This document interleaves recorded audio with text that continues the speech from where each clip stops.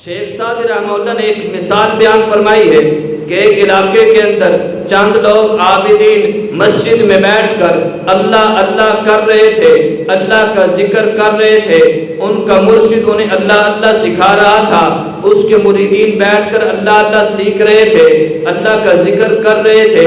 اس علاقے کا بادشاہ تھا، اس کا ایک شہزادہ تھا، وہ چلتے چلتے مسجد تک پہنچا، مسجد میں اندر داخل ہو گیا اپنے چیلوں کے ساتھ۔ جب اندر آیا تو دیکھا کہ چند لوگ بیٹھے ہوئے اللہ اللہ کر رہے ہیں۔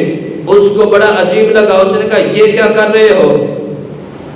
بڑا برا بھلا کہا، ان کو گالیاں دیں، برا بھلا کہہ کر وہاں سے نکل گیا۔ مریدین بیٹھے تھے، جب ذکر سے فارغ ہوئے تو اپنے مرشد سے کہا، اپنے امام صاحب سے کہا، بے حضرت یہ کیا؟ آپ نے اس کے لیے کوئی بد دعا نہیں کی جس نے ہمیں برا بھلا کہا؟ ہم تو اللہ اللہ کر رہے تھے، ہم تو اللہ کا ذکر کر رہے تھے، ہم تو اللہ کی عبادت ہی کر رہے تھے، کوئی برا کام تو نہیں کر رہے تھے کہ اس نے آ کر ہمیں ڈانٹا بھی، ہمیں برا بھلا بھی کہا؟ آپ ہاتھ اٹھائیے اور اس کے لیے بد دعا کیجئے کہ اللہ اس کو سخت سے سخت سزا دے۔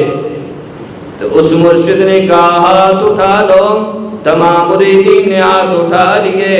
مرشد صاحب نے دعا کروانا شروع کی، اے اللہ اس شہزادے کو ہدایت دے، اور یہ بڑا اچھا ہے، اس کے اندر فلاں صفت بھی بڑی اچھی ہے، فلاں صفت بھی بڑی اچھی ہے، اللہ اس کی اچھائی کو اور پھیلا دے۔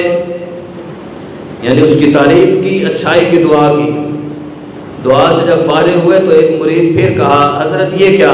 آپ کو تو چاہیے تھا کہ اس کے لیے بد دعا کرتے، آپ اس کے لیے دعائیں خیر کر رہے ہیں، یہ کیا کیا آپ نے؟ حضرت نے کہا خاموش ہو جاؤ، جو میں نے کر دیا بات ٹھیک ہے، خاموش ہو جاؤ۔ کچھ دن تک بات یوں ہی چلی رہی۔ ایک دن شہزادے تک بات پہنچی کہ فلاں جگہ آپ مسجد میں گئے تھے اور آپ نے لوگوں کو برا بھلا کہا تھا، لیکن اس کے برعکس کہ آپ کے لیے بد دعا کی جائے، وہاں جو مرشد بیٹھے تھے انہوں نے دعا کی ہے۔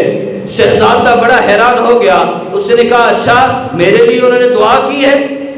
اس نے وہ جو گانے کے سامان تھے، جو شراب کے آلات تھے، جو بوتلیں تھی، ساری توڑوا دیں۔